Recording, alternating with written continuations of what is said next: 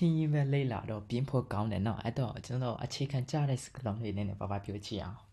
你好မင်္ဂလာပါ你好你好 hello ဆို hello မင်္ဂလာပါ你好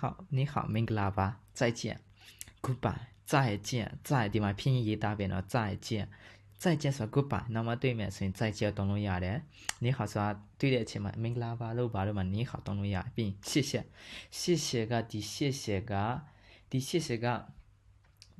谢谢 thank you လို့ပြောမယ်ကျေးဇူးတင်ပါတယ်တခု谢谢တော့တခုပေးလိုက်လို့ကွာ谢谢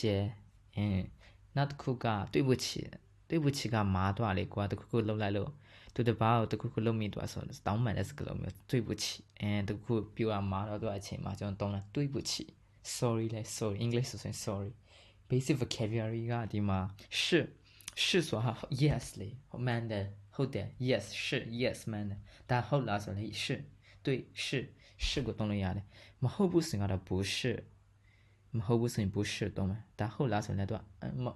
မဟုတ်ဘူးဆိုရင်ကျွန်တော်不是ကိုတုံးမယ်ဟုတ်တယ်ဆိုရင်က是တုံးမယ်请的请ဒါ please ကျေးဇူးပြည့်ရလေကျေးဇူးပြည့်ရနော်请的ကျေးဇူးပြည့်ရဒါမှတ်ထားပါ请ဒါ请ကဒီမှာသူကဒါဝဲမှတ်ထားရ请ကရင်ဆိုမှတ်ထား请ဆိုတာကျေးဇူးပြည့်ရနောက်တစ်ခါ你好吗ဆိုတာနေကောင်းလားလို့နေ好吗ဆိုတာနေကောင်းလား how are you နေကောင်းလားလို့ဒါကိုမေးနေ好吗နေကောင်းလားအချင်းနေဘလို့လဲနေ好吗ဆိုတာတော့တုံးလို့ရတယ်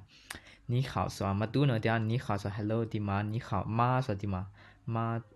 တူရဟောပါလာပြီဒါရနောက်မှတင်မှာရင်ဆိုတာအနေနဲ့ပါဇက်အနေနဲ့လက်ချခံလို့လုံးပေးမယ်လေနော်你好再见